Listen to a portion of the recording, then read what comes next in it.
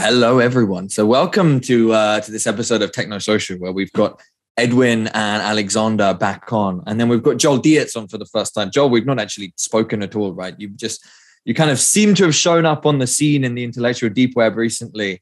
And your writing's fantastic. So I'm kind of curious to hear some of your thinking. The idea behind this episode came up, right? There was a thread about a month ago where we were talking about Curtis Yarvin's document on the principles of this American new deep right, you might say. And then we started wondering, okay, well, what is the position that some of us with our thinking are taking in relationship to Yarvinism and to this American deep right? I've kind of found, like, over the years, Yarvin's writing is super entertaining to read. And also there's a lot of, like, I think the way he kind of takes a reactionary historical approach to kind of Whig history is pretty savage. I've kind of found his way of dislodging a lot of what you might say progressive certitudes have been very helpful for me, actually. But then at the same time, there's many elements in his thinking, which is fucking extensive, right? And probably, like, you could do a whole 5-hour episode on that. So I don't know if we'll be able to fully cover it broadly, but there's something kind of unsatisfying, I think, in Yarvinism. And partly this is his just kind of driving towards, okay, we need a monarch. There's going to be a single person in control, which is like a kind of, what you might say, like the Putin model or the Xi Jinping model. It's seems a bit, ultimately, like, what I find dissatisfying is that part of his thinking revolves around this idea of the salus populi, the health of the population, and ultimately the role of the government is to look after the health of the people. And he's saying, look, we can all kind of agree that at the moment the government isn't doing a great job at looking after the welfare of people. I think that's like a fair position to say. People aren't in a great state these days. But then there's not really a deep engagement with what it means to be a human, what, like, a healthy populace looks like. What are the underlying dynamics that fuel culture, that fuel human collaboration, that fuel the types of struggles we get into, the types of things that we look at in our kind of conversations around psychoanalysis, around Girard, and so on and so forth, about the depths of religion. And Yarvin's fantasy kind of seems to be like, well, it's a question of just governance. If we get the governance structure right, then everything's kind of going to fall down there. And in a sense, to me, that seems like, it reminds me a little bit, funnily enough, of actually the Game B communities from a different angle. It's this, like, very American way of thinking. Like, if we fix the top structure, then things will fall into place around that. And that's kind of my impression of it. And I'm curious to hear kind of like what you guys are kind of thinking around Yarvinism and then how you're developing your thinking in relation to it, especially Joel, actually, because I think you're an American, right, Joel? That's correct. Yeah. Yeah. So it's like, I mean, I've already said that Yarvin's thinking feels a bit too American to me. Like, how do you respond to that?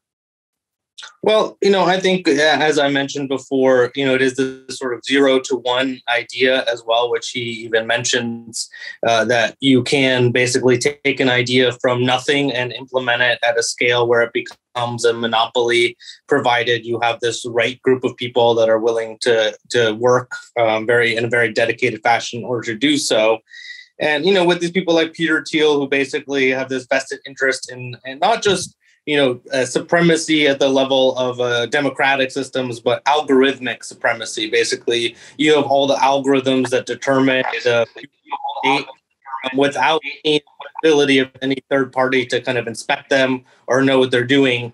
Basically shapes things. I mean, I think the democracy doesn't have to die in like a way that people realize it's dead. It just has to basically be backdoored sufficiently so that people don't realize that their votes basically don't matter anymore and that someone else has sort of shifted around the electorate. And I think that's basically what has been happening anyways. And just Yarvin is basically more explicit about it than most people are. Can I add to that? Please do. From a European perspective, then, I find Yarvin incredibly interesting as a dialectical response to the myth of contemporary democracy. But I also see that just like Russians also Americans are fantasizing a lot about what we would consider to be the Western European history of the monarchies and democracies and development over here in Western Europe. And of course, the French Revolution at the center of it in the 1780s. The problem is the dialectical turn has to be completed, and it's not completed in Yarvin. Yarvin stays in a very sort of distanced fantasy. He's a bit like Slavoj Žižek. He sits and jerks off, basically. He jerks off to a big dick that's going to come along and fuck him in the ass. Or maybe not even fuck him in the ass, like more like at distance or something like that. It's a very erotic fantasy about the benevolent tyrant. And the benevolent tyrant is an old fantasy. It's existed for like thousands of years. Sometimes in history, places have been lucky enough to have a benevolent tyrant for a while. Usually that's not the case. Usually it's rivalry at the top. And then, of course, you get a really fancy dictator and a stupid tyrannical boy at the top of the whole thing.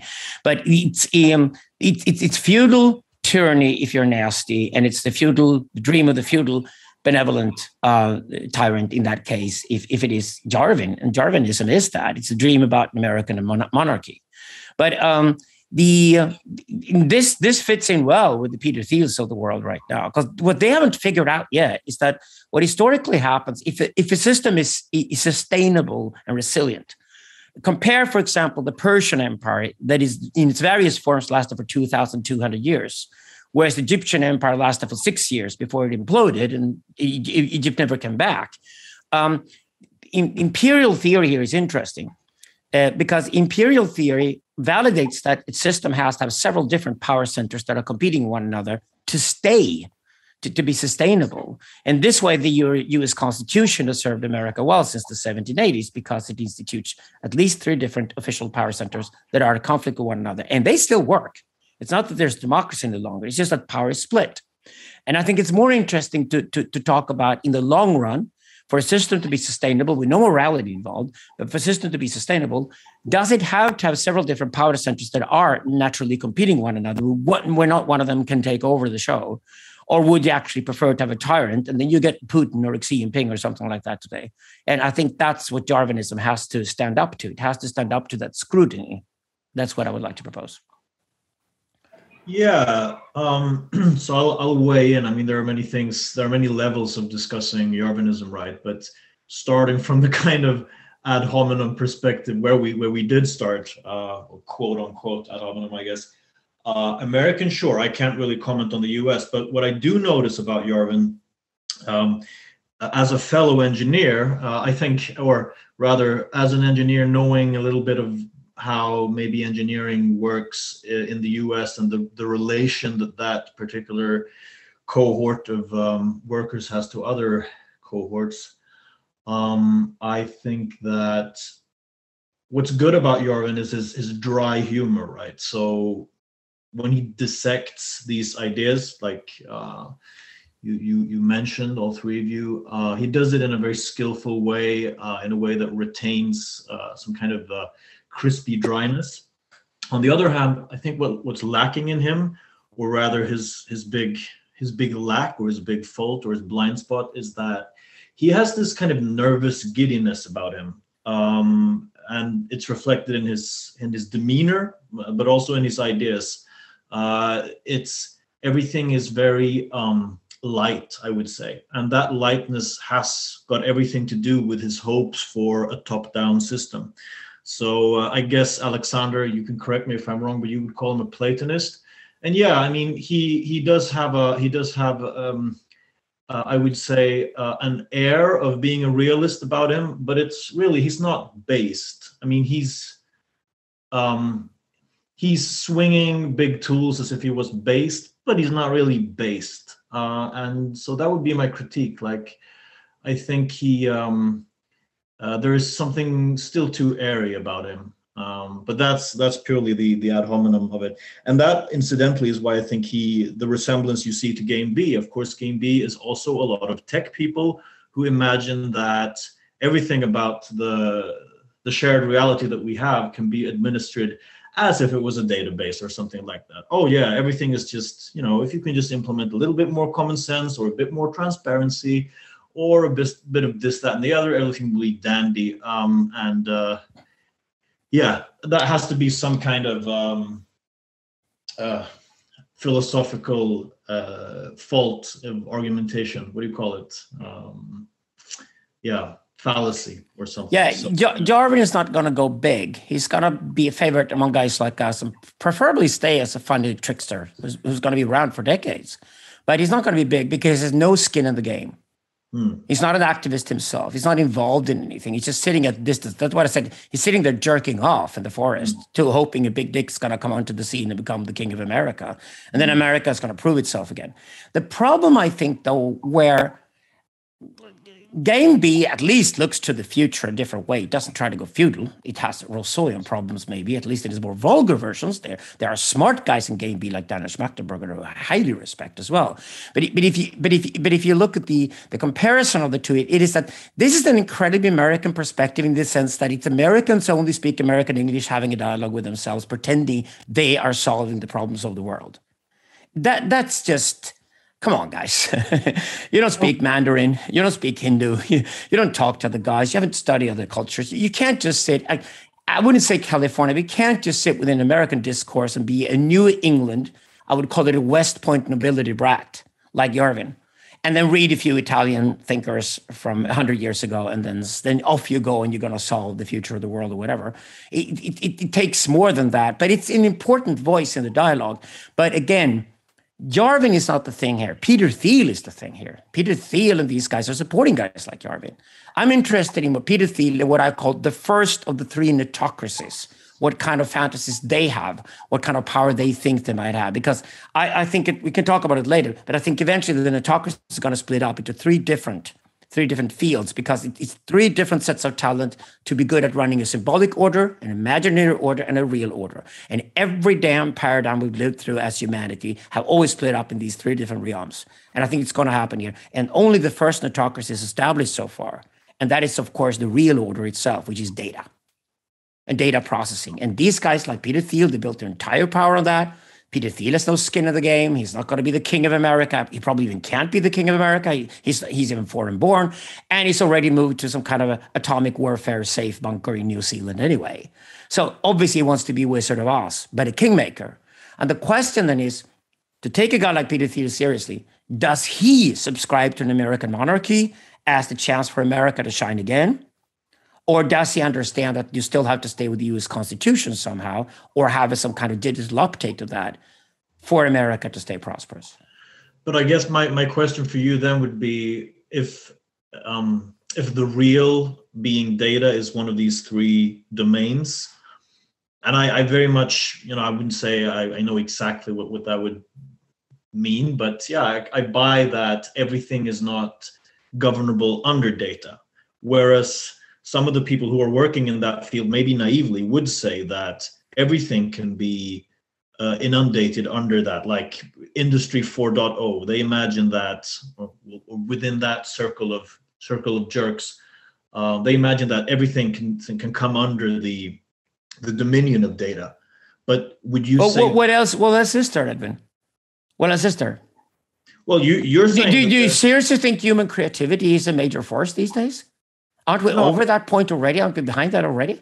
I'm not.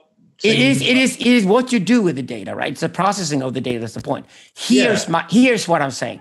The imaginary order, which is next to come, will replace politics as we know it, and will also then replace dreams of monarchy, as Yarvin talks about. He's just a nostalgic guy here. He's not looking forward. So the question is, what would the imaginary order look like that we call sensocracy in our work?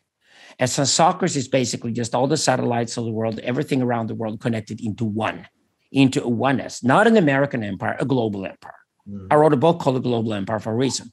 The sensocracy itself is just basically when data centers are connected with other data centers, and the AI then does what AI does well. I see no reason at all why any one of us would vote for anything else but that system if you go to an election booth. That's my point. Okay. And then comes the symbolic order after that. That's the narrative. And the narrative will then be created by guys like us, the protopians. This is the creative output, where still there's a role for humanity in the sense that humans have an intuition machines don't have. And the only role I see left for humans to contribute is actually in the artistic realm. And that artistic realm is the third autocracy, which of course Peter Thiel would be hopelessly bad at. But so then I would say, and I don't want to, I certainly want to let both the hosts and Joel in, but I would say that the dream of many of these types, I don't know about Thiel, but certainly a lot of data types would be that there is no, and incidentally, then they are truly postmodernist, because they would say that there is no way of creating what you call the overarching narrative productive structure, because there's not supposed to be that kind of meta-narrative. So okay, there are no data types to begin with. At least 3 different types of data guys. Okay, Joel, what's your experience in America about how does tech in America divide itself at the moment? What different groupings do you see, and what kind of conflicts do they have with one another? That'd be interesting to hear. Where is American tech is at the moment? Of course, in relation to government and governance, but where's American tech is today, and in what ways is American tech splitting up at the moment? Well, I mean, I think everywhere where you have, some amount of scarce resources, you have zero-sum games. But I think it's one of the unique things about the tech community that you do have this sort of greenfield thinking that I would effectively defend, and as well as this kind of fusion that we talked a little bit about, these Tolkien-esque, mythopoesis kind of ability to create new types of kind of meta myths and kind of, stitch together the people who are interested in them, which I think is one of the key things about the internet in general, is that it allows people to effectively go into their own little niche communities. So if you really care about Hello Kitty, the most, and really nothing at all about contemporary politics, you can spend all of your time and energy on, Hello Kitty related items. And to some degree, Web3 and various other trends have sort of aggregated that, accelerated that trend, because people basically don't have to play these, zero-sum kind of power games unless they're personally inclined to do that. But I tend to think so I know Edwin is dying, if the hosts don't mind. Edwin is dying to bring Karl Marx to this discussion. So here's the first question then. Do you see a class structure develop online in America at the moment? Because if you play Hello Kitty, I would say you're definitely doomed to be underclassed the rest of your life. That's my point, right? Well, yeah, but you could be creating Hello Kitty related fashion items and selling them on digital marketplaces, and basically engaging the entire vertically integrated chain of Hello Kitty related items. So it doesn't necessarily. In fact, you might be, if say you're bright and curious 8-year-old who's discovering this new virtual economy, and you're starting to do that, you could easily become, not necessarily pyramidical by design, but the top of the pyramid of your, specific niche audience. Yeah, but then you already left Hello Kitty, because then you will be absorbed by a far higher network in the hierarchy, which is called the upper class. So my point is that for the vast majority of people, 99% of people sit doing Hello Kitty all day long and paying for buying Hello Kitty shit. It's just they're doomed to be honest. Again, we are now sedating the vast majority of people already. We're putting the vast majority of people into a digital underclass that we call consumptariat in our work, basically just to consume as the lowest common denominator. We put them in silos or subcultures where they then get located, so they can at least marry somebody else who's equally on the bottom of things.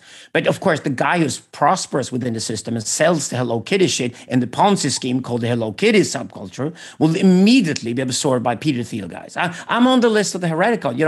The thing these days is that the first thing the data barons do is that they organize maps of the world. They do proper sociograms, not the crappy shit that Facebook try to do. They do proper sociograms of who knows whom in the world, so they know the hierarchy. And then they instantly scout the world every day to find exactly who's talented. I've done this with H&M. You immediately scout the world for any kind of talent out there that gets a reaction somewhere online. You then absorb them into a system. You lift them higher up in the hierarchy in their upper class. But that's a vast minority of really talented people. But it is a meritocracy. I'm defending it as a Marxist because although the class differences will be bigger than ever, from a Marxist point of view, because it's meritocratic, everybody has a chance. Getting a laptop or a smartphone is cheap. Learning how to program is done everywhere. So it is accessible to everybody. But it's really a winner-takes-all world. That's my point. I definitely agree that it's, aggravating existing, distribution of wealth at a potentially extremely high level. I don't quite know how to address that within the current, financial infrastructure. I think it's a very interesting, broad problem, so to speak. But specifically to what you're saying, I mean, I think there's an interesting contrast between mass market algorithms, basically, that are oriented that way, and then the economies that rise up around them. So Instagram has its own influencers, obviously. I generally have a sort of negative appraisal of that because it does seem to be always focused on attention maximization. Whereas TikTok, I think it tends to be a little more varied. And part of the reason why it's gotten so much more success recently is actually perceived, I think, positively by the people who use it, and myself included. So I much prefer using, I basically delete Instagram. But you just said something really important that Yarvin hasn't seen that we could see here. We've already shifted from wealth to attention as a dominant factor. You were dismissive of attention, but you just described the guy who's the top of the Hello Kitty heap. Well, that's exactly what an Instagram whore is when she becomes successful and gets 100,000 followers. So she will then be absorbed by the new elite, but not because of wealth or wealth creation, because wealth comes to her anyway. She'll be absorbed to the elite because you managed to create the most valuable thing of all, which is attention. And attention cannot be traded and can only be accumulated within networks. This is something I think Yarvin hasn't even thought. He doesn't even see it, which is exactly where he gets stuck in an American fantasy. If I'm brute about it, it's like American fantasy about a European kingdom kind of 15th century, too many fantasy movies out of Hollywood or something like that. It's not a past that ever existed that Yarvin dreams about. Well, this is where I'd like to take a kind of Yarvinist devil's advocate to what you say. As I said, he's kind of saying that the duty of the monarch is to look after the health of the population. And he might look at this underclass that you've spoken about and say, well, that's terrible. A bunch of people addicted to Hello Kitty all day long. So the monarch's job is precisely to actually prevent that sort of structure from emerging, to prevent... For people to do what instead? To go to Frankenstein's Monster Club or what? Well, this is the whole. Yarvin doesn't have an answer. He doesn't have an answer to what is the benevolence of his fantasy. It's a sexual fantasy about being fucked in the ass by a benevolent dictator, right? And he doesn't have an idea what the benevolence would be like because it is tyranny he's talking about. Well, somebody would know better than me what I'm supposed to do with my life. I think we're beyond the point historically where that's even a proposal anybody takes seriously. We know it's nothing but sedation if power speaks to us to decide what we're going to do.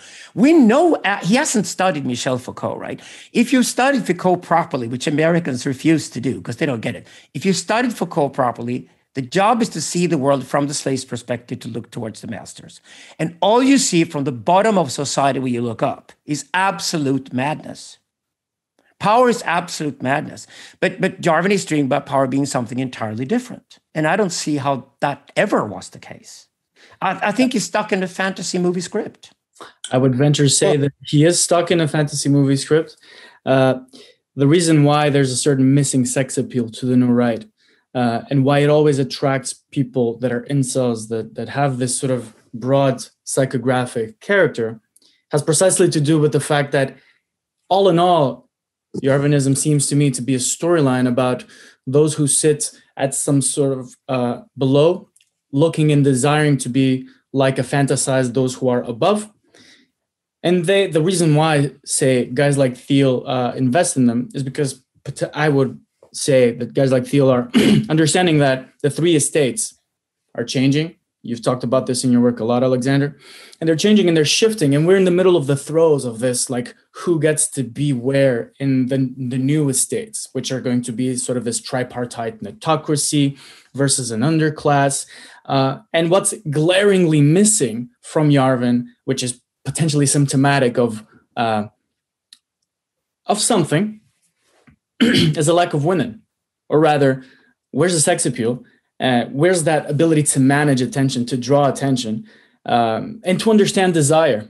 I don't think Yarvinism understands desire, plays with desire, has even sort of a mature, sort of self-reflective understanding of what it actually is, of what its own desire wants to do, and what his own desire wants to do. You said very clearly in the beginning, and I wouldn't say you're wrong, which is sort of worshiping some sort of dick to fuck them, or rather, to wish to be like those. It's like Proust writing about theater, right? I am an underclass. I wish I was an aristocrat. If you were an aristocrat, maybe it would be boring, but you want to be that. There's this sort of triangular thing that's going on. And that's why he attracts types that are like him. And that's the interesting thing. So rather than taking it at face value, what I'm interested in, or what I feel is interesting, is to trace these profiles and their ways of desiring. And how it works and how it might, play out in the way that these future three estates end up, so the shape they end up taking, right? You're absolutely spot on, Daniel. This, I think, is the problem. Yarvin is a pillar saint. Edwin said he was a Platonist, right? He's a Platonist because that's usually where you arrive. You're a pillar saint. He's dreaming about a boy pharaoh coming along to fuck him in the ass. It's a bit like radical feminists in Scandinavia currently dreaming about Muslims fucking them in the ass. Just like the problem, though, is that in a mature world, hopefully we could imagine that would be like an authentic world, in the mature world, the king and the priest are the two leaders, and the phallus is split between the two. So the priest is basically the guy with the smartest mind who knows history really well. And the king is the guy with the strongest, biggest muscles who can then lead us into the future. Or at least we can project our hope for the future onto him.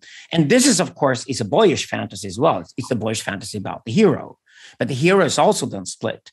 The problem then is that if you don't want to go into that realm, and I don't think Yarvin is very sexual, to be honest about it. He's probably priding himself in being asexual. He never talks about it, which is, I think, is really suspect. So it's incel. It's just high incel. This is like West Point nobility incel, right? But the problem is that he becomes a pillar saint, dreaming about this monarch who's really his fantasy about the boy pharaoh, or Muhammad, or a Hitler, or something like that. But it's not how you actually run a sustainable system. Not at all. You run a sustainable system, at least pretending, or at least referring back to some kind of a triad where each party is responsible to one another and none of them can dominate. That's the US Constitution. That's the brilliance of it. And this is where he has to go back. He has to revisit his own fucking US Constitution if he's going to proceed, or else he gets stuck in boyish fantasy land. But his Platonism is based on his own sexual orientation. Absolutely. But I mean, the interplay between these archetypes, the priest and the chieftain or something, I mean, it's not a trivial matter, even if you can identify the fact that that's the kind of cooperation that's needed at a micro or a macro level. But that was actually, I read, Owen, you picked up an old Peter Thiel text the other day, the Straussian moment. And he actually addresses that. I mean, that's what that thing is about, really, this short... Well, it's an essay, I guess. And he's talking about the fact that there's always this conflict between, he calls it the city and the church, the city being the powerhouse and the church being the moral authority. And he doesn't have any clear answers. But then again, maybe it's a bit presumptuous to have any clear answers on that question, because it's going to come down to personal chemistry between that chieftain and that priest in any given circumstance, I think. I don't think that there's a one size fits all for that. You can have a recognition of the fact that that's the needed split of powers. But that's my question: is there such a recipe for how those two people should interact? No, wait. There's three. The priest and the king and the matriarch. Sure. In the U.S. Constitution, the president's supposed to be the king. The Congress is supposed to be the priest. The Supreme Court is a very feminine institution, matriarchal. That's the matriarch. You always have three. So it's not two guys running off with one another. We're not doing Taoism, some kind of homosexual Taoism or anything like that at all. The phallus is split. So with the phallus is split, the matrix is united. And the matrix is just basically the end state, the delivery station to which you're responsible. The point is this: if the priest and the king are not there both, you will then resort to only a priest, and then you get the pillar saint. Or you resort to only having the chief, and then you get the boy pharaoh. And the boy pharaohs, for example, is Muhammad and the Arab expansion, or Hitler and Nazism. And, the European conquest of North America was clearly a case of boy pharaohs running amok, right? Robber barons and things. But the boy pharaohs in our history expressed themselves physically, aggressively, and successfully, whereas the pillar saints go through the ideas world and try to control through ideas. That's clearly where Yarvin himself is located. So for him to be pillar saint looking for a boy pharaoh, He's pretending he's a pillar saint looking for the king, but then he has to step up and become a proper priest. But for Yarvin to go from pillar saint to priest, he's got to drop the Platonism, get a fucking sex life, and get skin in the game and become a proper activist. But whenever that question is raised to Yarvin, he says, no, he's going to be in a position where he's not going to do anything. And that's the right position to be in. I want to challenge some of that. Yeah. Just not necessarily challenge radically, but I would argue that the shape of the coming kings and priests and matriarchs is changing. So it is not so much that they are, yes, the function is archetypal, but rather than understanding them as these identity containers that are static, that specific figures or institutions end up fulfilling in our societies, as we move deeper and deeper to the algorithmic age, rather than seeing the identity of the king, of the priest, or of the matriarch, we are currently seeing the dissolution of these identities, of these identity structures into flows, and these flows are currently reorganizing because we live in revolutionary times. So roles that used to belong to the priests, let's say there's 5 or 10 things that priests do, they are currently being revalued. And so to say, what I'm interested in is to identify what is the shape that the new priests will take in the algorithmic age, not so much in terms of, or rather, beyond the functions of curation, of data curation, of data production, and of having the means to produce that data. So I'm interested in what. No, wait. Step back a bit here. Yeah.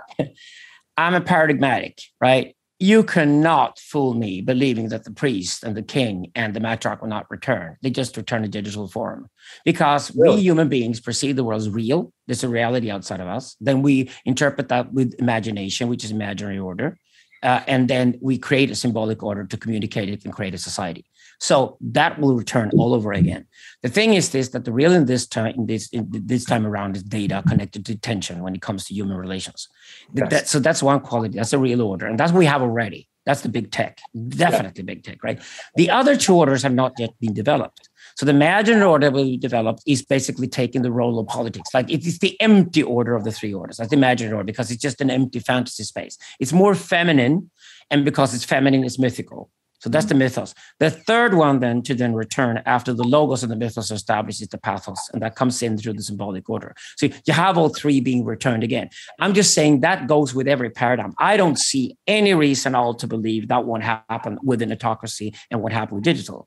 So I don't think we're playing around with these and they will develop and come back in new forms. We will look, if anything, I agree with Yarvin, is we're looking for firm and authentic leadership today. And the firm and authentic leadership now has to come from within tech and from within the internet world itself, because all the other old institutions, like Joe Biden's of the world, they're over. They're over, right? I just kind of challenge you. A very short point. I just want to to challenge the point that, or rather the misconception that I might have had. It's not like you said it. That these archetypes, which will return in shapes that we are accustomed to.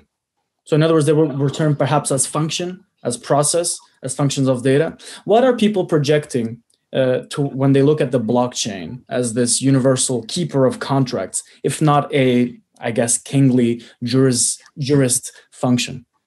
It's not a person. It's not a guy. No, it will be priestly because it's logos. It's law. Right. Laws are made by the Congress, right? It's priestly. Okay. But fixed forever. But it's not a person. Platonists love about having things fixed forever in any case, because they're all German erotics, every one of them, right? So that's a given that's attractive.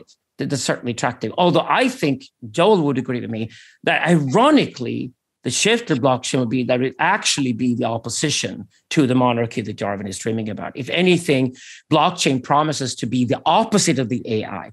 Yarvin's big dick hero is AI. It's not a person, it's AI, right? So the opposite of AI we're looking at the moment is to see in what way decentralization and blockchains tied to decentralization could actually liberate us, ironically. That I would say is the case.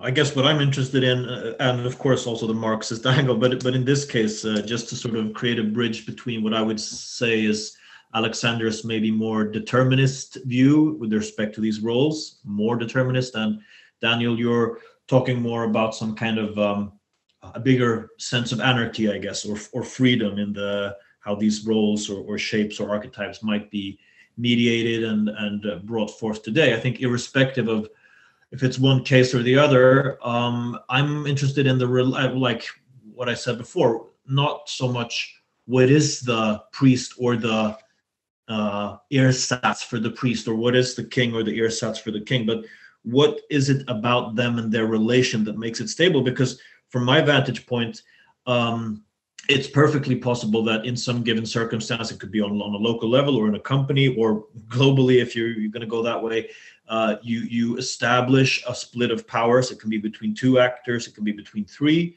and they all seem to have good characteristics in the way that Alexander describes it.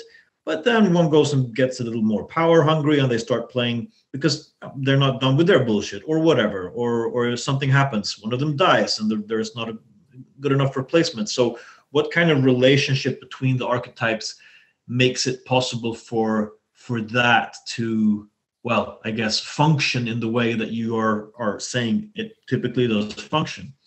And if not, well, I mean, then it's not fixed forever, but we're not looking for fixed forever, are we?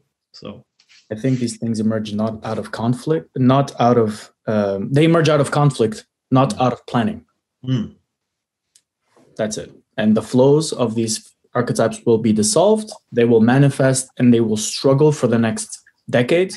And then eventually, maybe they will coalesce into the newest states in a way that keeps each other in balance if we don't all die in the meanwhile.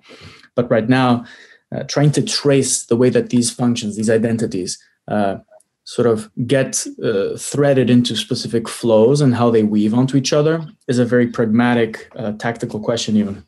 Yeah. So Yarvin's fantasy looks like this. The king and the priest must be one. And the matriarch must be led because she doesn't know her own best. So the king priest is then, because of his capacity to be both king and priest, he can then lead the matriarch. This is the benevolent tyrant fantasy. Yarvin has a fantastic test case. He doesn't have to go to America. He can go to communist China. I know Xi Jinping loves Curtis Yarvin. This is just like perfect for communist China, like, because that's what that's the game they're playing. They've suddenly decided to make Xi Jinping, or he's decided to become the priest king of China, has the last word on absolutely everything, and he's the leader. He's the new Mao. And then he's basically telling people that we're going to now control you. We're going to have cameras everywhere, microphones everywhere. And because we're going to control you with satellites and cameras and microphones, we will also know what's best for you. So because we have that power, we will execute that power. And it's built on the assumption that we know better than you what's good for you, right? So, it's happening already. They're turning off the smartphones for the kids who are gaming too much. They're implementing all kinds of social policies that they think are good. And as for America, them being sort of rampant commercial market full of conflicts between different subcultures, and there's no unity any longer, there's no center. America's becoming more and more anarchic. And when America's become more anarchic, then of course a guy like Curtis Yarvin steps forward and he says that why do we do Xi Jinping's China instead? Because they're probably more successful than we are in the long run. But we're instituting a new European style monarchy for America. That's basically, maybe I'm vulgarizing it here, but let's just play with that idea. And in that case, Yarvin has a strong case, and it's already being tested. It's actually being tested in a far bigger country than America, which is China. But it could also be in China. I'll cut here and just say that maybe what Yarvin needs is a healthy dose of Confucianism then, because I would say Confucianism is probably the most historically successful political philosophy writ large. It is. It's not sustainable, but while it works really well. Yeah. So you would study Confucianism to become a great bureaucrat. Absolutely. You're absolutely spot on. I mean, and 5,000 years of Chinese history, with ups and downs, attest to to the fact that in certain places of the world, certain groups of people have a sort of collective mentality that lends itself to these kinds of systems of government, right? China is the country of the enlightened despot since forever, but somehow it has tried to be, and it's played that game many times and also failed miserably. Here's the point with China. China unites priest and king, and they try to do so by putting a shadow over the next distinction that's important when you look at patriarchy. That's the distinction between the warrior and the hunter. The warrior and the hunter are not tied to either priest or king. There's a warrior priest, there's a warrior king, there's a hunter priest, and there's a hunter king. The warrior and the hunter, the permanent settlement, becomes the engineer and the trader. China is built on engineers and traders. The problem is when you then institute one guy at the top, priest king, he has to take sides. And Xi Jinping clearly has taken the side with Confucianism against Taoism. I was totally surprised in 2014 when it became obvious that he was not going to go for Taoism, where Deng Xiaoping was heading, is going to go another way and go back into Confucianism. I was totally surprised. China was totally open to go Taoist, to get closer to Taiwan, to listen to Sichuan as its future rather than Beijing. But Xi Jinping decided, no, I'm going to go back and rein it all in, become a socialist, and run it from Beijing, and therefore the priest king has to take side with the engineers.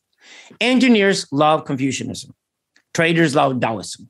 So the conflict in China is always between those two. And then Buddhism, or now Christianity, probably 100 million followers in America. There's always another third religion playing the role of the woman and the child religion in Chinese culture too. That's kind of replaceable. But funnily enough, Buddhism plays that role in China, and Taoism and Confucianism historically was always this conflict. You go to Shanghai, and that's exactly where the conflict will happen. Shanghai is precisely between Shenzhen in the south and Beijing in the north. Mm-hmm. Shenzhen is 10 million people just walking, traders, and nothing but traders. And then you go to Beijing and you got millions of people in that side of living running a state bureaucracy for all of China. And I think that conflict is eventually the major conflict China is going to go through, because you cannot have a tyrant at the top with a sustainable system. And here is what China will implode. It will not implode on the level of the priest king himself. That's not the conflict. It will implode because they trained to think that way in China. It will implode rather in the conflict between the trader and the engineer. And Nick Land, in his infinite wisdom, has decided to live right between them since decades. Look at the last year in China. You tax all the tech companies heavily, try to control them, rein them in. You're taking the traders. What do? You start spending tons of money on new engineering projects, massive engineering projects, rebuilding rivers, redirecting them. Huge engineering projects is typical for a Confucian society. Okay, and as long as those projects are running and there's money coming into those projects, goes well. But China is now risking having massive bankruptcies going through the system, which is exactly why people in finance these days are terrified of China over the next 10 years. They think China is the next big place to blow up big time. Why? Because Confucian state bureaucrats think they become really good at being commercial traders. They never are. It's two totally different archetypes. How does that play out in the West? It plays out in the West in the sort of mediocre fight between Washington, D.C. and California. So California now being Texas. It's just like the trader here is the entrepreneur in America. The tech entrepreneur more than anything. Usually an engineer though, so. I completely disagree with that. Okay. Why don't you redefine it, Joel? Because you're American. So I think there's a very significant, gap in some ways between, engineering related interests and kind of building and mercantile interests, related to trading. And very easily mercantile interests can trade something that has, no value whatsoever. And in a Confucian context, very explicitly, mercantile interests are given a certain segment, within the overall population and ability to control certain things, but are not allowed to sort of, so to speak, gain control of the state per se. And obviously, there is a kind of, paternal nature of the state and a kind of caregiving. Yarvin would probably appreciate that if he was more aware of it. But regardless, I don't think that you basically that the engineering thing that Yarvin is coming out of is particularly mercantile. It wants to build a kind of legacy system that is appreciated for generations, whereas mercantile interests are usually interested in a much shorter time horizon.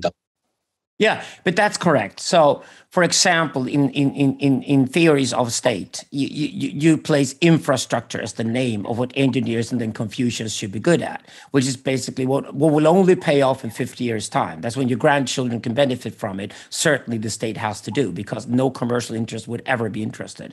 A trader is interested in profit in the next 3 months. That's the nature of mercantile and the nature of the trader. That's exactly what the complementary archetypes, and a functioning society runs both. So has America done wonderfully for 200 years. It's falling apart now more on the engineering side in America, and the Chinese response to that is to focus more on Confucianism rather than Taoism and go the engineering route, which means you accumulate economic growth completely artificially by ordering products from the state to keep the economy up, when in reality, you tax the trading sector harder and harder, as they do in China now. And also now the trading sector in China is basically banned from the rest of the world to do business. That is not sustainable for China, I think, in the long run. And I think overall, the cultural conflict in China is the one between Shenzhen in the south. The Pearl River Valley Delta is the world's biggest city. It's a city of 90 million people with Hong Kong at the center. And it can explode at any time if they are dissatisfied with Beijing. That's the basic insecurity of China. That's the fault line of China if China has an earthquake. It would start in Shenzhen as a rebellion against Beijing. And this, historically speaking, is when traders and engineers aren't matched in the system and aren't engineers don't like competition. They just work hard every day anyway. That's why they're great at building railroads and shit, or building internet infrastructure. So my point is that the archetypes in a functioning system are balanced, just like priest and king are balanced by being grown-ups and respecting each other at the top. And therefore, the leadership in my worldview should be split. Should be split at least in 3 categories. So it's a priest, king, and people. Priest, king, and matriarch, if you're more mythical about it.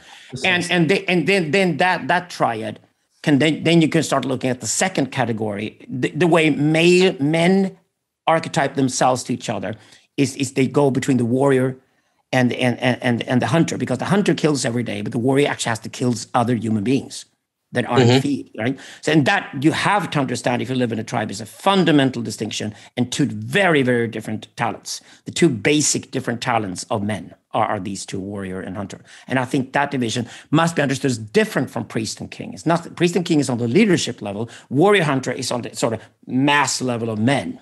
Basically, that's what's different. We've been fleshing out the sort of socioanalysis of these different archetypes and seeing how they sort of, if history is a wave, we're seeing how they sort of crest and then crash onto the present day.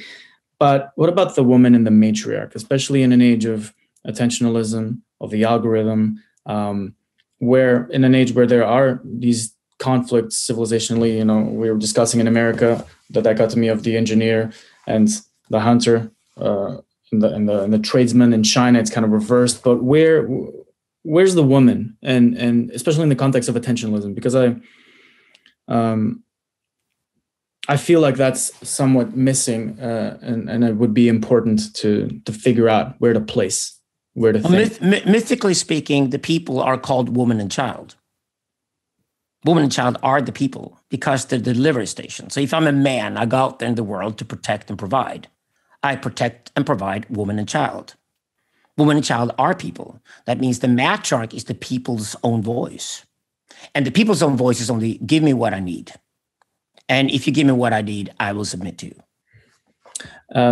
So that's where the feminine people as a whole are feminine. It's a congregation in Christianity. Why you have 7 as a holy number in both Judaism and Christianity is because you got the 3 of the Trinity of the God, and then the 4 is the congregation, which is feminine. So it's always in the feminine. And then explain to me, please, the women engineer, the businesswoman, and the woman in the attentionalist landscape. Small minorities. Okay. Small minorities will always be. Only a few engineers in the world are women, and they're never entrepreneurial. 98% of the world's tech entrepreneurs are men. And the 2% of tech entrepreneurs that are women are always state-sponsored because of feminist reasons. Men are engineers and traders, women are not. I've traveled around the world for the last 30 years, every day. I've been in airport lounges like mad, and there's the occasional businesswoman walking through the door, and she's a businesswoman for a few years in her life, when it suits her other plans, like running a family and things, right? You will always have a majority of engineers and traders that are men. In most cultures, all engineers and all traders are men, period. What about in the marketplace of attention? We're going to see a big sort of wave back and forth between digitalization and some kind of left-wing populism that's disenfranchised by the digitalization. Of course, the digital will be run not by men, but by a minority of men. And all those disenfranchised will be maybe feminine in nature, but certainly of both sexes. And depending on what branch, what field you're in, and depending on that, the swinging of that pendulum, so to speak, over the years, I think you will find, well, you asked about the women, Daniel, and I think that when it's going to be,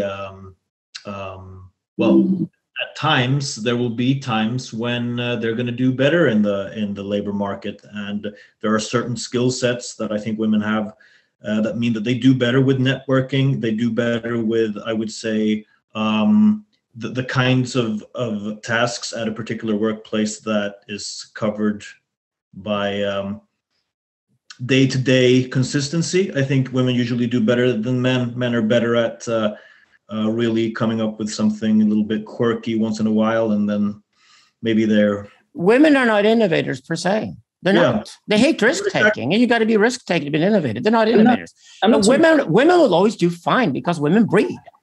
And because women give birth to children, they will always do fine. But these days, Melania Trump and Kim Kardashian are the idols of women. They're not feminists any longer, you know? Those skill sets, I think, also, well, maybe that's also what you're saying, but they do play out in the labor market in the sense that when there is a lot of conformity, when things are not driven that much by innovation and disruption, when things just are working sort of on a human level, usually women do better. They're better at soft communication and getting things. But I'm kind of skeptical of your claim that women are better at networking. It seems like at the moment it's the men who are off fucking networking everywhere and trying to build stuff and create new connections. The ones you network with, yeah. Well, no, sure, but when I speak to women, it may just be my own blinded well, but there's a lot more skepticism. It might be what Alexander says about the aversion to risk taking, but like when I speak to my girlfriend, they're like, I don't want to go abroad and meet loads of women I don't know. Whereas guys, you're absolutely right, Owen. Women are terrible at networking. That's why they bitch and complain about the patriarchy all the time, because the patriarchy is the network. Women are great at social connections. Yeah. Great at remembering birthdays. They remember whoever is around. And if you ever did anything wrong to a woman, she'll remember it forever and bitch about it. But when women talk about networks and network events, they usually think about charity events. Charity events has a red carpet and it has a flashy camera and you have your dress on and you walk in and then you compete against the other women in the room and bitch against them. Yeah. And women call that networking. And then they realize that's not networking at all. That's just mimetic rivalry. Networking has to get the mimetic rivalry out of the room to even occur. And that's why the loges and the orders that Europe was built on and that America was built on, the Freemasons, will now return big time. I call it the digital patriarchy. This is my main speech at Mannheim in Berlin this year, which is Europe's biggest men's conference. It's an issue that a lot of young men are really interested in. Digital patriarchy is the return of patriarchy because men are actually better at networking than women are. But women are very good at social affairs and intrigue. And that's a good way to survive in a town square, but it's not how you build power. So this is the difference between men and women. Well, I think men are better at, grunting and, playing violent games in general. But there's sort of a general question of sort of what is the outlet for those things that is constructive, So a lot of the violent games that humanity has played in the sense of like, you can think Putin of his little, toy chess game that he's playing right now in Ukraine. Where is that actually constructive relative for, human evolution or other social systems? I think that's an interesting question because it points towards the ultimate direction and what I want to get from this question. I'm not so much interested in what each sex is assumed to be good at this very granular first dimension level, but how do the social dynamics of civilization play out, taking that into account? In other words, where do women fit into democracy, the market, given that now we live in a paradigm of attentionalism and that women are extremely keen status game players? So in other words, these guilds of men that emerge and do their engineering and their hunting, to me, they have a very crude understanding of women, mimetic rivalry, attention, status games. It is almost like this autistic fantasy I sense of the men are good at this and we are good at that. And I think that sometimes we attribute that flaw to the most incel looking type folks in these groups. But I want to sort of. Oh, no. Wait a second. No, we need to. No. What men are good at is called strategy. And women are good at is called intrigue. And I use the terms neutrally. The only difference is hormonal. But if you look at a map, intrigue is something that happens when the nodes are very close to each other in network, and women are superior to men to survive in those environments. Women prosper in urban and digital environments that are social. Okay, men are good at strategy, meaning the priest is good at strategy. He's not a fucking incel. He's a guy who sleeps around like a lot. He's a winner, right? The priest is really good at the strategy. And the strategy is basically accumulate all the information you could ever get access to, and then put a pattern out there, and the pattern will then determine what you do.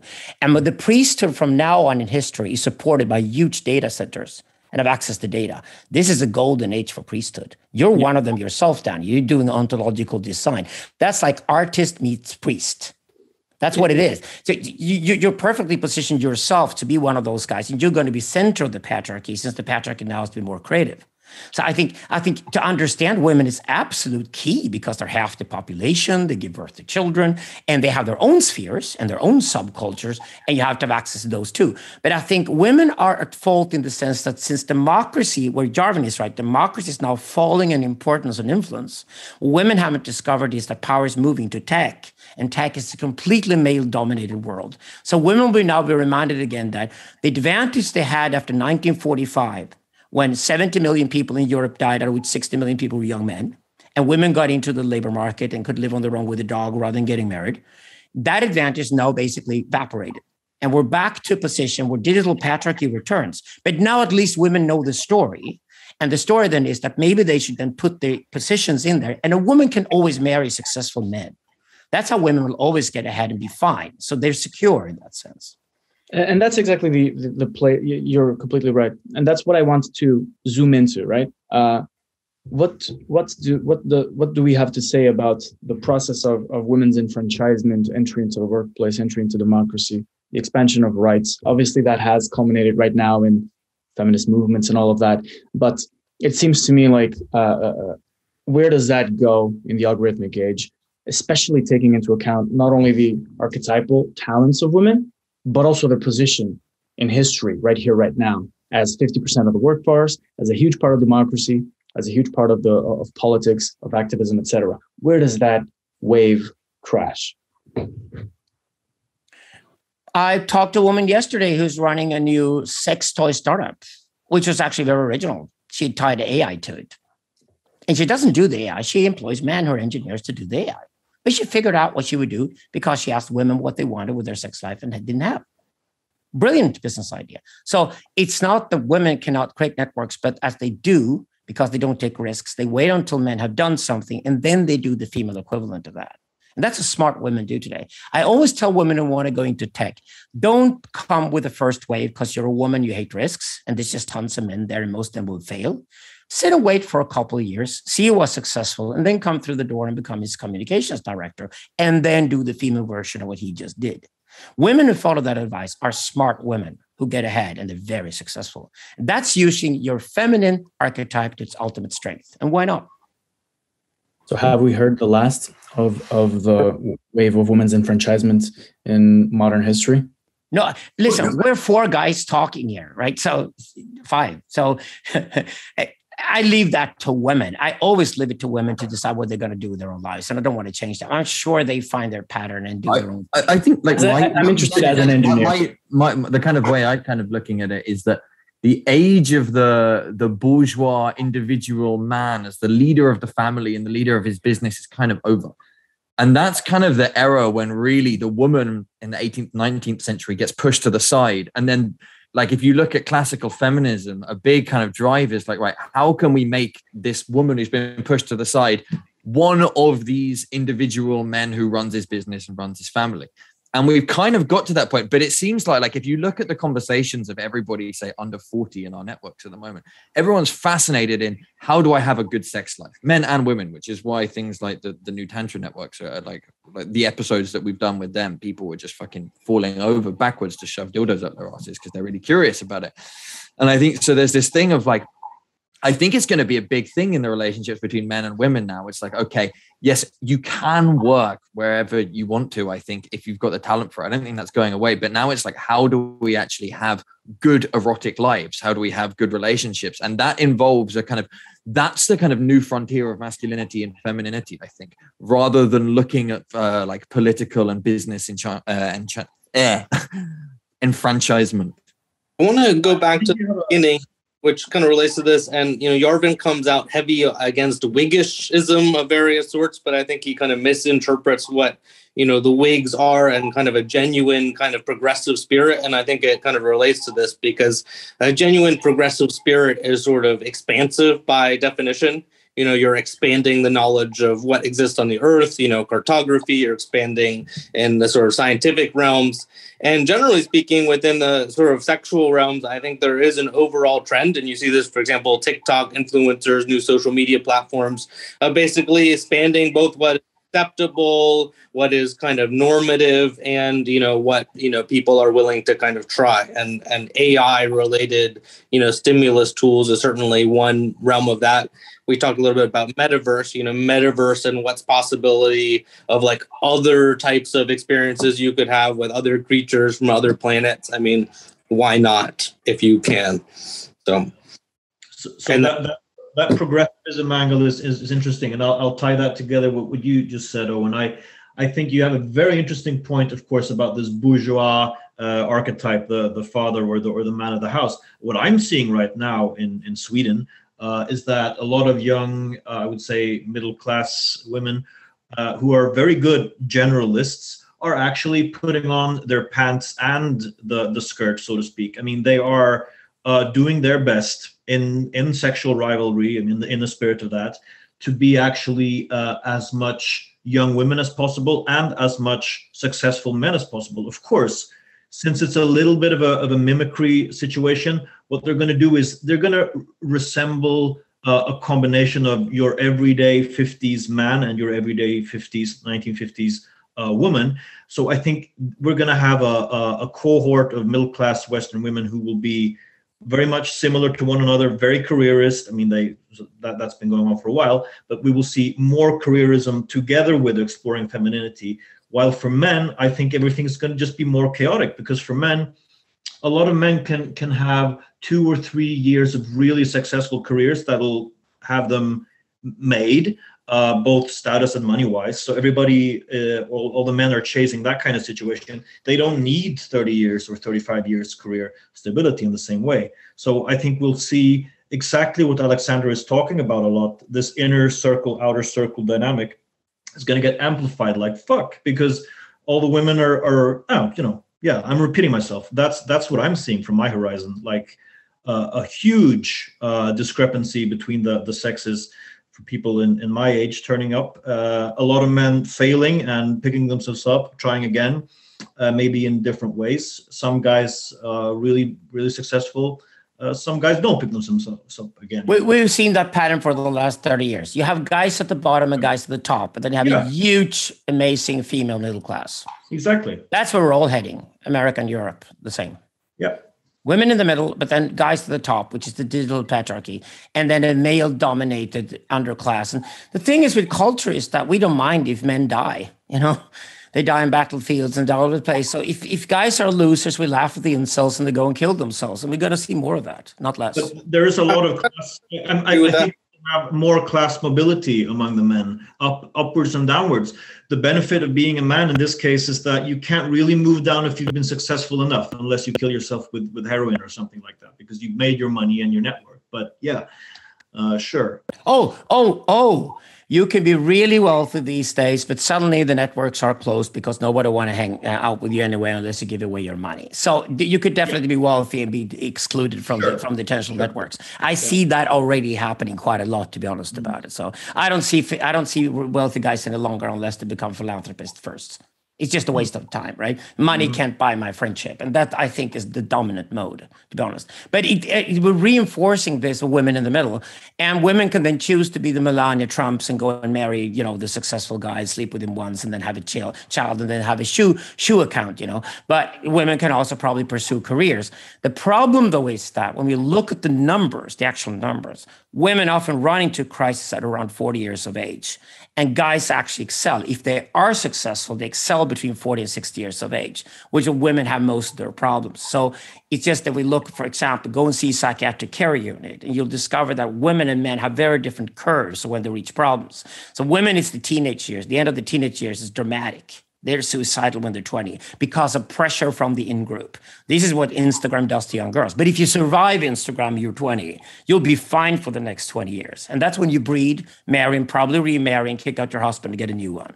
But once you're 40, all the women I meet are 40 want to go and drink the ayahuasca. Every one of them in Sweden these days, because they're going to go on some kind of spiritual journey because they're broken down, they're exhausted, giving birth to babies, did the career, it was empty.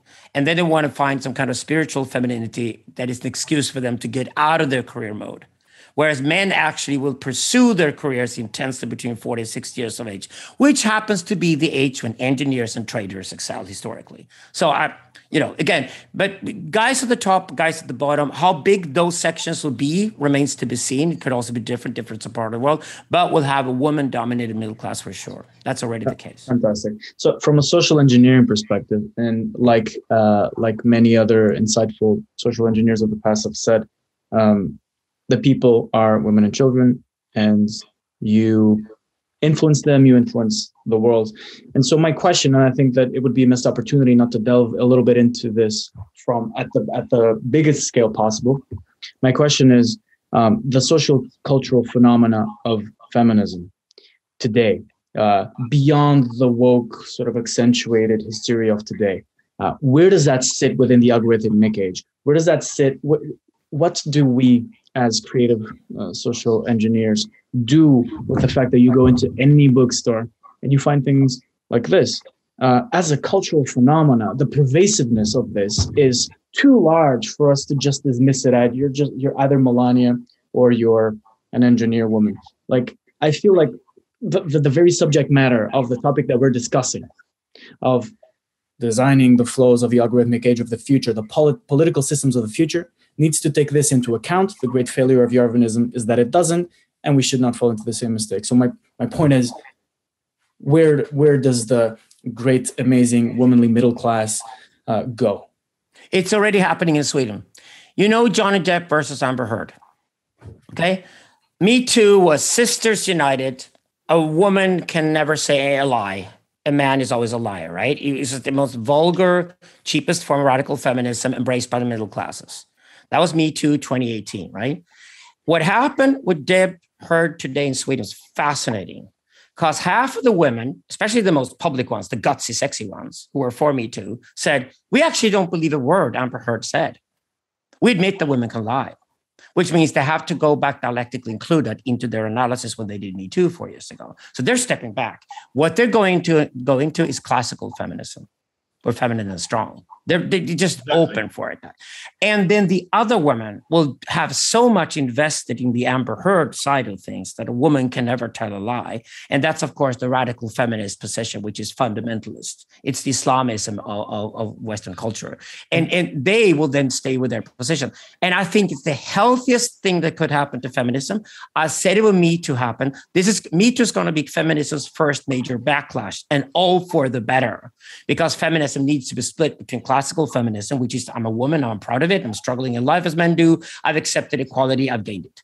And the radical feminist, just like I'm a woman, I'm bitter, I'm unfucked, I'm a female incel, I hate men, and I want men to pay repatriation the rest of my life.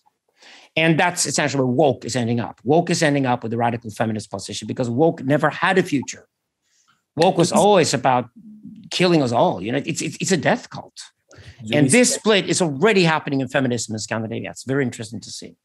Well, I would say that any espousal of anything beyond second wave feminism is a pure shit test. I mean, if you get underneath the skin or underneath something else of any given lady of today, they'll backtrack on that after 5 seconds when they, that's just the way it is. So it's nonsense, and most of them know it. Of course, there might be some true believers, but I don't really know those people. So, not sure I agree with. I think there's just a little bit of nuance to the way you said that, Edwin. But what I'm interested in more than that is, are there civilizational implications to this? So in the same way that Washington is at war with California, and in China we have these two poles of North and South, do these feminine middle classes who are today developing and unfolding in the West, do they have civilizational, geopolitical implications especially as we move into the era of attentionalism, where everything is online, especially for creative priests who are dealing with what is essentially a priestly problem, the problem of feminism. It's a problem of truth attribution, of purveying norms. Oh, but priests know the women are a mythos. Period. It was funny. I presented to a woman yesterday the idea that the logos and the pathos is the dichotomy that tears men apart, but that's the dichotomy men live with. And that's actually attractive to women because it's exciting and because there's a drama going on. There's always a constant boxing ring inside the head of a man. And women are the mythos all the time. And then this woman was opposed to the idea that women are the mythos, unified, but therefore they cannot separate fact and fiction very well, right? So she was opposed to that. And I said, it's interesting you should say this because your position is exactly mythical. Your opposition to my idea is, I presented a logical proposal and you opposed it. Mythically, but mythically, you cannot actually present an idea like this. You have to go into the logos to do it, which is a typically masculine thing to do. She started laughing and then she started hitting at me. just like, yeah, oh God, I fell into the trap right away, right? So if women are a mythos, and that's fine, half the world has to be run through the mythical. Women are theatrical, as Lacan said. That's fine. That's fine. We want to fuck them because of it, because they have a unity that we don't have. When we think of wholeness and oneness, we always think of woman. You know, that's fine. But when you go to the priestly problem that you cannot apply logos onto women, well, you never could. That's why I'm talking about paradigmatics here. You never could, because women are mythical creatures and have to be addressed that way. That's why I allow women to talk about astrology without getting offended. But if a guy opens his mouth and talks about astrology, I hit him on the head. You know, but women describe the world through astrology and they don't take it too seriously. It's just a way of describing the world mythically, and they're constantly in a mythical mode. And I think what's open right now, is that we have achieved equality between the genders, and we can now finally start exploring the differences and enjoy them. And I think that's where Owen ties in, that a lot of people are then going into the sexual realm, discovering that women and men are complementary and different, and that's exactly what sex is about. I'm all for that, and I see it happening already. Yeah, it's like you see, or like Raven Connolly, for example, have been talking recently, like there's this thing of how do I find a good man?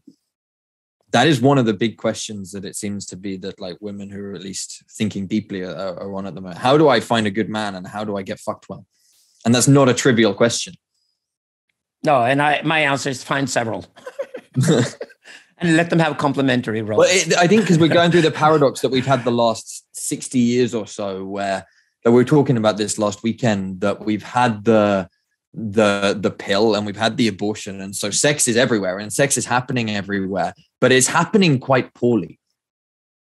It's like drunken hookups and messy, and like Daniel, you said the other day, you said like sex in Copenhagen, it feels like it's happening a lot, but it's all in the head.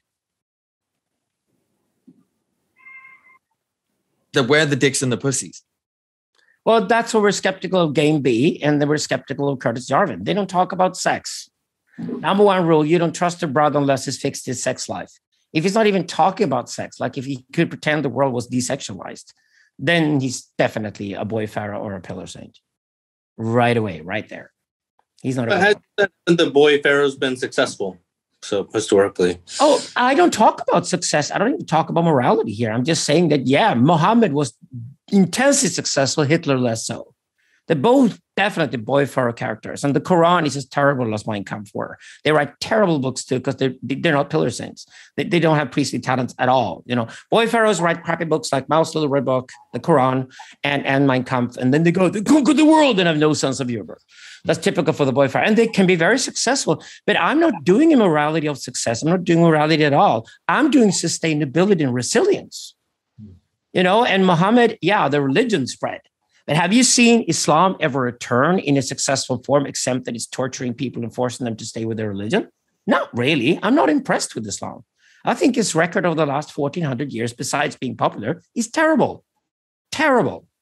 So I think we can do better. My option is because you said it's not morality. So what is the heuristic that you would use to evaluate it? Resilient. If you come and ask me for advice and I'm your priest, you will ask me for creating something that's resilient and sustainable. over long periods of time. And then I go back in history and I show you that the Persian Empire lasted for 2,200 years. And it was founded on the idea of a separate imperial religion called Zoroastrianism. And then next to that was Judaism, developed as an idea of a nation within the empire. That's the origin of the West we need to return to. It's the very basis of the West that makes sense to me today, because I think Christianity and Islam have both failed and will increasingly fail if we keep them around. I don't disagree with your conclusion, but I don't quite understand your evaluative, criteria for determining, that Islam has not reached a certain, zenith of production, whereas Zoroastrianism has. But back to the male-female thing, I think the best modern treatment of it is actually the Lego movie. I would highly recommend that, though, specifically the one where Batman gets married. And I think it kind of has this very interesting, interplay between, the sexes in general. It's looking at kind of children and how they're interacting, but then kind of playing it out in a large sort of interactive scenario. And I think, but back to the sort of, progressivism in like a good sense versus a bad sense. I think in general, the things that I would particularly from my heuristic would qualify as positive are the ones that give more, let's say, options for play, where you have more opportunities, more potential pathways. The hypergraph of opportunity is, broader than, and less restrictive. And I think if you can do that, you can also build, a kind of mythology around that takes us out of, current governmental primitives, which are quite limited, and to, more possibilities. I think. Can I just add one thing then? That we've had a religion around that for 3,700 years has practiced equality between the sexes successfully, Zoroastrianism. And it's also the most successful religion ever when it comes to average income, average wealth, average health we've ever seen. Judaism is number 2. Number 3, Shintoism in Japan. That's why I love those religions. So maybe that answers the question, Joel, which is a frank question. I'm ethical, but I'm ethical over very long periods of time and long term. Christianity and Islam were fine as pop religions, but they're over and done with. But Joel, can I just take what you just said and tie it a little bit back to Daniel's question, because in the best way that I don't think really Daniel got an answer he was happy with. So I'll start by saying that the kind of hypergraphs you're talking about, I think will be for a tiny minority, because most people are so into mimetic rivalry that they go into spirals of mimetic rivalry.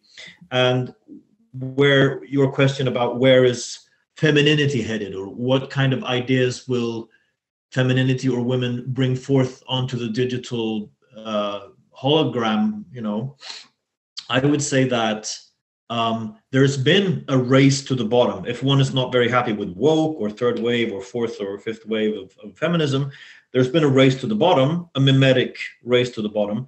Yeah. That's going to change, and there will be a mimetic race towards something else. And I think it will be women are going to become more hypergamous, if you will. And they will combine. They will instigate themselves, each other, to combine masculine and feminine virtues. So we will have more androgynous women having it out. Why would we have that? I think we had that. We did that, Edwin. It's over. There'll be more of it. No, because people are terribly unhappy about it and try to get out of it. They try to get out of that trap. This is an ideological filter you're putting what people actually want to do and what they will do due to the algorithms, which is what they do with the algorithms once they have them in their hands. They get rid of all this bullshit, then ideology forces them to go in a certain direction. Androgyny is over. Androgyny has been done. It's now the androgynous people who are retaking it. The LGBT movement is leaving queer and going back to LGBT classic. Like, this is just for us and not for you. Get out, right? It's moving back to that realm. We're going much more classical, if anything, of the next few decades. Yeah, but I'm not talking about androgyny in some kind of authentic sense. I'm talking of putting on masks here. And yeah, we will be going more classically, because the women that were predominantly careerists will now be careerists and try to retain their femininity. So that's the androgynousness that we will be seeing. It's not in between, but it's both. That's less androgynous if you're serious about it, because they're going to stop wearing men's clothes and wearing women's clothes instead. Yeah. So hey, they all love shoes and they all love dogs. We know that, just like men love war and sports. Like, it's the wrong word. Never changes, right? So there is the wrong word. But I think there are places in the world that has not gone through that phase yet, maybe. So if we're talking globally, yeah, sure. I mean, androgynous is the wrong word. I'm talking about being able to play both sides, or really wanting or feeling that there is a need to play both sides, to compete in the sexual market and in the labor market. And yeah. I just want to go back to Alexander, because it seems like he said that Zoroastrianism and Judaism are the world's top two religions because they're the most equitable. And I wasn't sure that's what he actually meant, but it was a bit surprising actually to hear him say that. So I'm interested in culture studies. So all I want to do is that if somebody has a great model somewhere in the world, I present that model. And what's interesting here is the Zoroastrians, especially in India, and the Jews of Israel are highly successful in everything you want to measure, including defending themselves. And then Koreans and Japanese are also very good at what they do. Okay, and Koreans and Japanese have their own ethnic religions, which is Shintoism in Japan, which seems to work really well. So having a religion and a nation at the same time seems to be a good tip. However, we must always remember that the by far most successful people in the world are always exodological, always migrants. The most successful people in the world today are Nigerians who moved to London, Nigerians who moved to Texas and refused to become Afro-Americans because they're Nigerians. They weren't slaves or anything. So Nigerians, Bangladeshis in the UK. As soon as you see people moving and keeping their community together to a new country, which was the secret of the success of America as well, migrant communities are more successful than communities that stay in the same place. I hate Heidegger because of this, because Heidegger is dead wrong. So we should remember that if you look at populations, once a population starts moving, for some weird reason, off it goes, and the best guys leave. They walk out of Egypt towards the promised land, and they're always the most successful. So get up and move. Become a global nomad if you want to be successful. That is the oldest trick of the book. It'll be true this time around as well. So what's the religion that's going to finally resolve or manage the incredible mimetic rivalry that has been unleashed by not only technology opening the valve, but also the inclusion of 50% of the population into workforces and into the competitive landscape? What's going to be the religion, what's going to be the religious frameworks that are going to come in and help people manage the runaway mimetic rivalry loops that are currently escalating? Religion's biggest role today that's historically new is to deal with sensory overload syndrome. People are constantly sensorily overloaded. This is going to lead to a massive pandemic of psychiatric disease. We've never experienced so much with our senses before in history, and we're experiencing more and more, think we should have even more of it. We're addicted to our sensory overload. The sensory overload syndrome, I think, is religion's biggest work to deal with, and it has to be learned from Eastern religion. It has to be a split between the Tantra and the Sutra. The Sutra is how you handle sensory overload syndrome in everyday life so your fucking life works. So you can go to work and you can, pay your bills and get married or whatever, sober up, whatever you need to do. But just to fix your life enough so you consider as a decent grown-up is the Sutric. But the Sutric then has to be separated from the Tantric, because the Tantric is that there are so many sensory overloads you must start to avoid to survive in this environment. You have to be very, very picky on what kind of environment you invite yourself to. We all suffer from mailbox overload. We all suffer from overloads everywhere we look, and we will die to have a priest to come along and teach us how to handle these overloads. That is religion's biggest purpose over the next 100 years. The religion that most successfully manages to deal with that, with meditation techniques, contemplation techniques, tough phallic gazes that tell you what not to do, what to get out of, and certainly a barred absolute between the tantric realm, which is that these are things you are not born to handle, or these are things you're not ready to do yet in your life. So you separate those things from the Sutric, lock them up, keep them inside bottles, keep them secret, and never let the genie out of the bottle in public.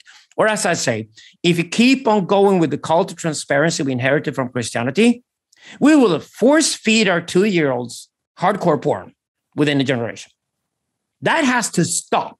And that, I think, is religion's biggest task. I think the biggest technological or whatever other trend around religion is actually the growth of UFO religions, because they're replacing traditional deities as, the possibility.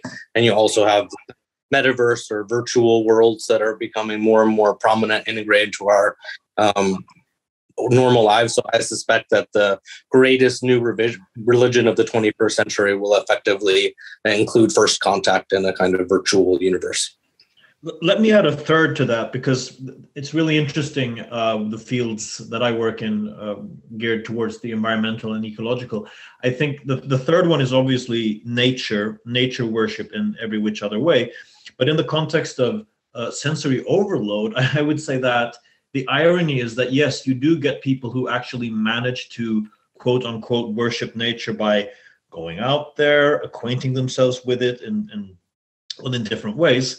But a lot of the people who are hysterical about environmental degradation and climate change, they never actually engage with nature. They sit around and reading The Guardian or watching documentaries about how everything is going to hell. I mean, obviously seen through a certain lens, and there is a point to it. But that's the irony of it. Like, people are somehow returning to care for the nature in ways that have the opposite effect. It really sensory overloads them, emotionally overloads them, viscerally and limbically overloads them. This worry for environmental degradation. So worry, that's such a good word. They're just unfucked. They don't get fucked. And that's what sit and jerk off to nature pictures and never go into. We literally had Cadell Last on the Media Academy yesterday giving a talk about Zarathustra. And one of the points he was emphasizing, I think there's a bit in the prologue to that book where Nietzsche is basically saying he's skeptical of people who prefer nature and animals to humans. And it kind of like, Edwin, the people you've described, the kind of like aggressive environmentalists, it seems like they don't have much of a connection to nature, nor do they have much of a positive relationship with humans. The relationship with humans is we're a parasite on the earth, and the relationship with nature is that's that thing we have to save. But then there's going out in nature. I mean, come on, it's fun. Alexandra and I were swimming in the Copenhagen, in the Danish Sea last week. It was brilliant. But I also like the point that Cadell is emphasizing, that like there's a deeper, harder form of intimacy that happens between humans precisely because we have to deal with being in language with each other and also navigating desire. Whereas just like loving a tree or loving a cat is very easy, but it's the easy way out in a sense. Yeah. Is the easy and a purer form of agency, of course, among humans. Like, you're actually meeting someone who can topple you intellectually, physically, or whatever. Everybody's living safe lives. Nobody's going to get killed by a shark. You might get killed. We're so gay. Huh? We are so gay. We just want to be toppled. I kid you not. The structure of desire has such gayness to it. All right. Well, that's on your part. But I mean, of course. Fine. By the way, we'll meet in Copenhagen soon, Daniel. Then we'll topple each other. Sorry, I apologize. Please do go on. No, but I just think that just goes to show that what's happening is not a connection to nature or to people, but a pedestalizing of nature, because it's easy to pedestal because it won't talk back at you for pedestalizing it. Like, you can be pretty it's really talking down to it. It's just pretty, although nature is of course brutal and everything, but they don't accept that really. They just like to see the beauty of it, and if you were to treat a human being like that, like a woman or a man, they would felt like they were being treated like a child, So yeah, it's. May I just share a couple of thoughts that I've written down that I feel are important with regards to what we said. We've mentioned environmentalism, and you have right now. We've spoken about metaverses and technology, feminism and mental health, even first contact with UFOs. Bard, you mentioned that as what all these things have in common, and what they are is, I feel they are potential forms or potential symptoms of a future spirituality, right? In the algorithmic age, or maybe spirituality light. But what I feel they all have in common is a mediation of desire in a triangular fashion. In other words, they all postulate this, obviously the big other, which you are simultaneous. It's the model obstacle. Simultaneously, you are incredibly attracted to, and it is the ultimate Satan. Environmentalism sees the pending catastrophe as that which you are incredibly obsessed about and which you want to mimic in order to avoid it. UFOs. It's the great other that comes from outer space, incredible power. We also see perhaps in there a little triangular relationship of desire, us and the other. Oh, how might we be like you, extraterrestrial? Same thing might apply eventually for those who want to. I mean, feminism obviously has that relationship with the patriarchy. And so what I want to say is the ultimate triangular nature of how religions mediate desire socially. And that's very interesting for me. When I said that what you were saying was gay, I meant it in a technical way. Literally that you copy the way that people desire each other. You copy the way that people fight with each other when having an argument or when sharing ideas. There's an incredibly mimetic aspect to that. And precisely managing that mimetic rivalry that is escalating is the task of religion. And therefore, conversely, looking back, what do all of these potential religions of the future have in common? Well, they all have this triangular nature with this model obstacle. They all have this obsession with a model obstacle that is huge, impassable, which we are fascinated with, but which we never reach. But they're not on the par with one another. What Joel correctly describes here is the future iconology. So instead of having rock stars and pop stars, we imagine having stars from other planets or whatever. We will create those, of course. What will happen over the next 50 years is that AI will take some bacteria and conquer outer space, and we will get stuck here on planet Earth. Elon Musk will never move to Mars. It's just Elon Musk will at best move to Siberia. It's warmer, less radiation. He can have it, right? So the AI will conquer outer space, and the extraterrestrials will probably return because we created them in the first place, or they created themselves but left Earth or something like that. So that could be perfectly fine. Iconology is just iconology. So you can move from worshiping Ganesha to Marilyn Monroe to an extraterrestrial as easily as you like. That's fine, but that is mass religion.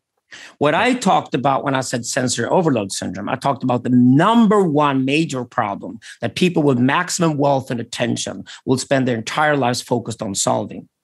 So if you want to be at the top end of things, if you want to be the Louis Vuitton of religion rather than just a crap at the bottom and a Scientologist, then you have to look at sensory overload syndrome, I think, as the ultimate thing to solve. Because every person I meet today, when I ask them, what in your life would you most like to have help with solving that you think is unsolvable? And it's always sensory overload syndrome they're talking about, SOS. So I would say, you just asked me one thing. I would say to be serious about priesthood, if that's religion, I would go for sensory overload syndrome. If you're just speculating on which religion to invest in and put your money onto the stock exchange in, and I agree with Joel totally, I would go for space age iconology incorporated, right away. Absolutely. But again, religion was always divided like this. Polytheism or iconology always existed in parallel with monotheism, because monotheism is really the religion of the priest. Polytheism is always the religion of the people. That's how women are always polytheistic, because they're with the people. So, Alexander, you managed to summarize both what one would do if one were to go into the market or into the sphere of, we got a 1 minute breakdown of the perfect religion and the perfect product for this day and age.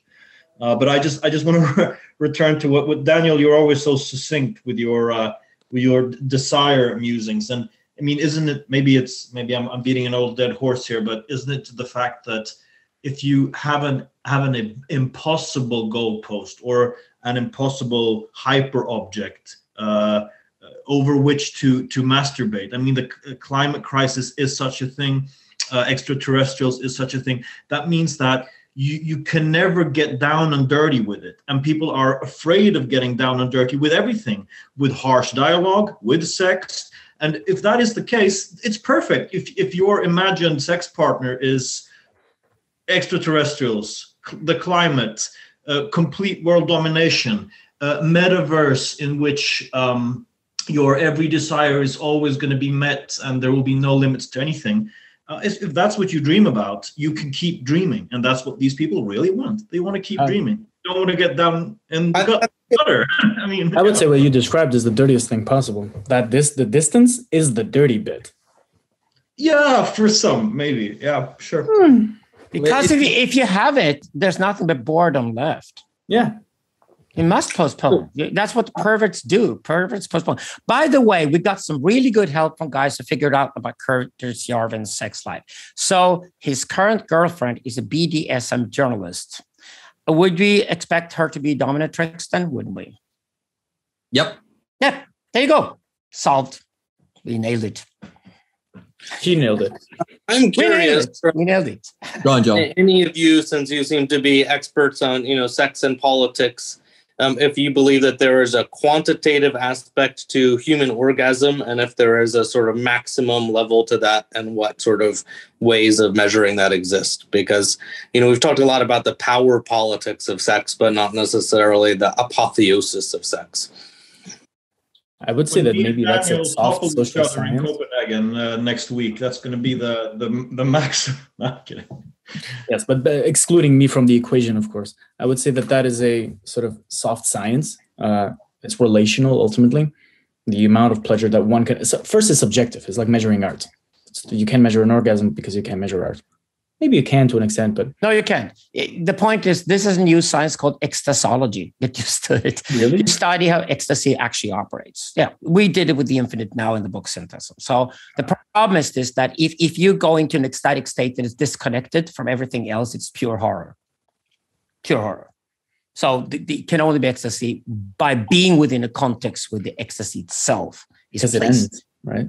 It has to end to begin with. Otherwise, it's definitely horrible. So there has to be intention. There has to be ceremony, which is ecstasy, and there has to be integration. That's as old as humanity to understand those functions. But it is a fantastic place because ecstasology is like a new form of phenomenology in the sense that it's both a science and a realm of philosophy at the same time. So you're absolutely right, Daniel. Art cannot be measured, can be quantifiable, but certain aspects of art can certainly be quantifiable. For example, how much red you used in a certain red color. So you could do ecstasology both ways.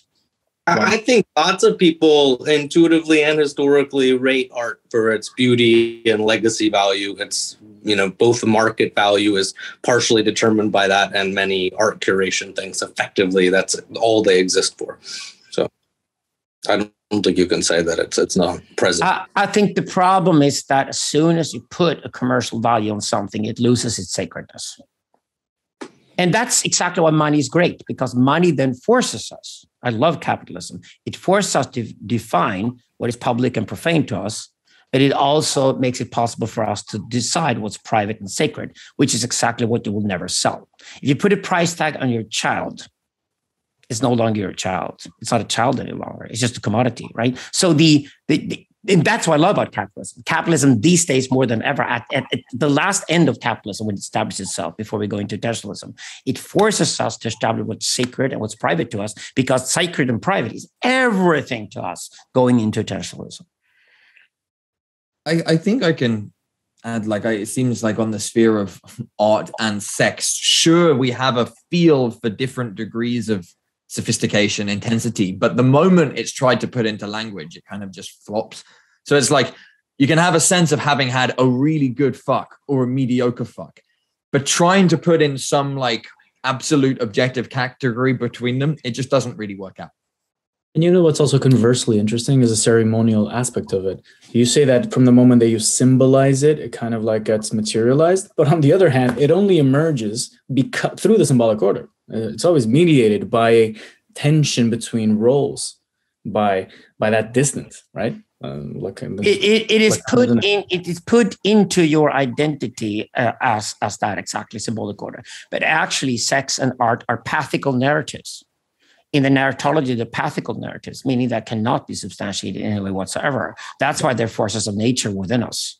That's why they're so highly controversial, never harmonious, never balanced, always cause havoc. So I would put sex, art, and violence into the category of pathical narrative. Or as I always point out, that's why you can't have a proper pornographic scene in a movie, because a movie is in the imaginary realm, whereas a pornographic movie is in the pathical realm. But the relationship is extremely intimate. The symbolic order can only frame the emergence of these pathic narratives. And one example of that is how the expletives in language are oftentimes sexual. Fuck. Yeah, in the symbolic order, yes. Yeah, but animals fuck without talking to each other. So you can absolutely be pathical without being symbolic. Symbolic is precisely the order that's exclusively human. Yeah, that's why we're a special kind of perverts. Yeah, yes. I think this goes back to what I was commenting in the written form of kind of this destruction of the sacerdotal order, which basically happened through kind of identity politics and the reaction against it. Because I think this sort of, in the American configuration we're talking, there is a balance of power effectively between the sort of Boston Brahmin, articulation of a particular moral supremacy that kind of shifted heavily into identity politics and has basically been rejected completely by California. And so there's sort of this like missing head of the Hydra that's like flopping around right now with no very obvious way of reconstructing itself. Whereas the mercantile interests from California have not managed to create any kind of, analog to the sacerdotal.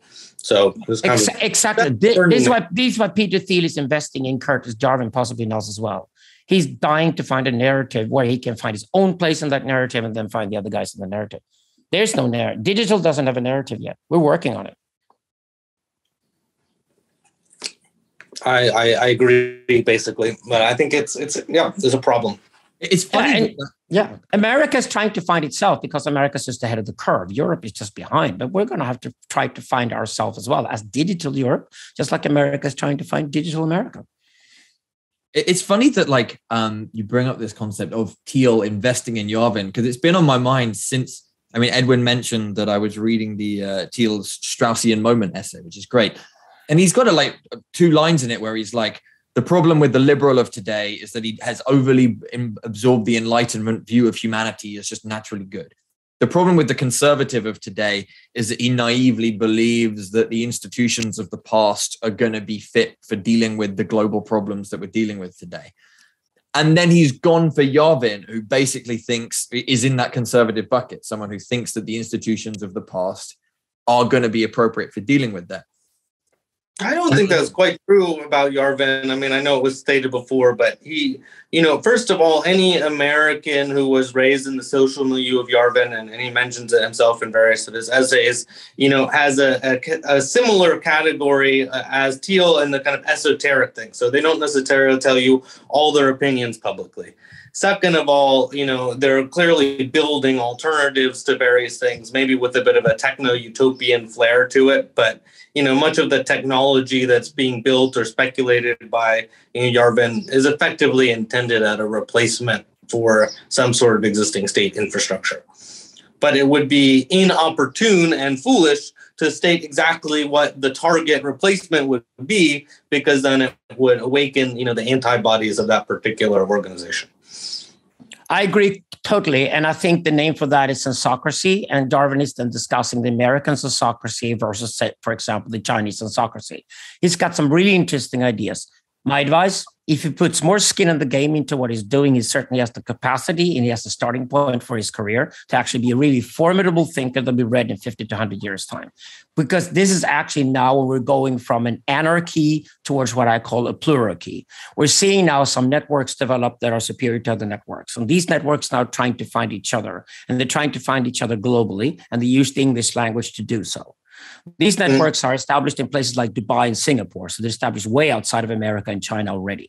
And these networks will then try to then just absorb talent from wherever it raises its head in any network. So meritocracy can be established. And then you can have huge class differences that will work. But the high end of this spectrum itself is actually where communism is coming into the picture. Communism will arrive, but only for a really select elite. Get used to that.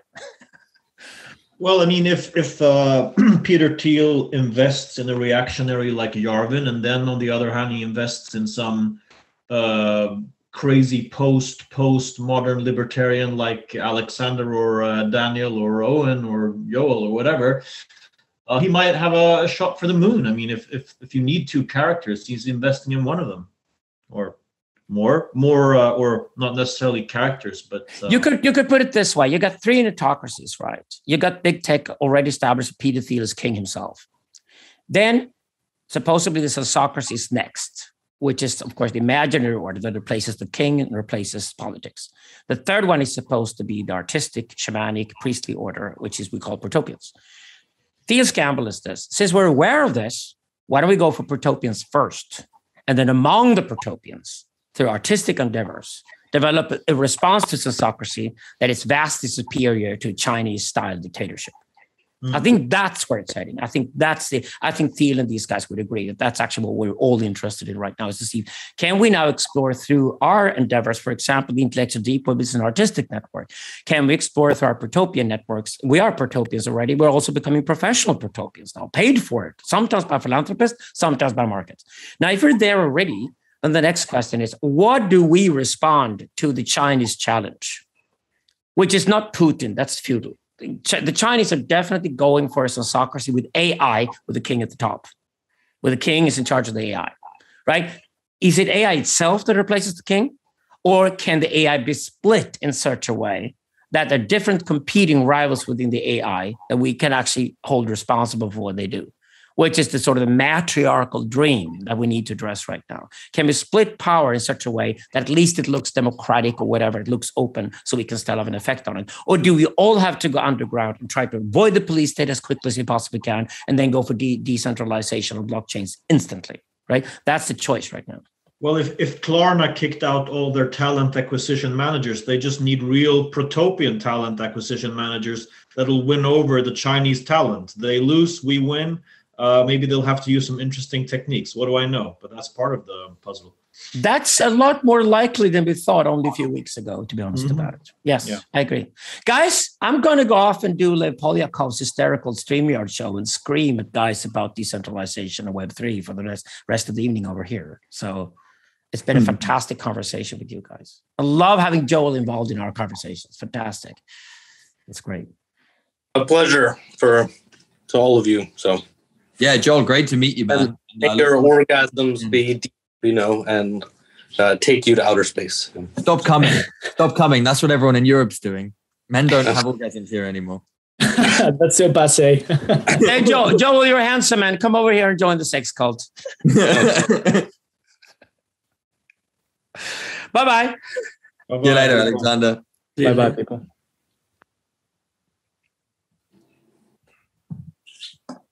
Well, Edwin fucked off as well. Yeah. Oh yeah, it's been a pleasure. You guys do this frequently, or is that? Less. Hang on, let me just stop the recording.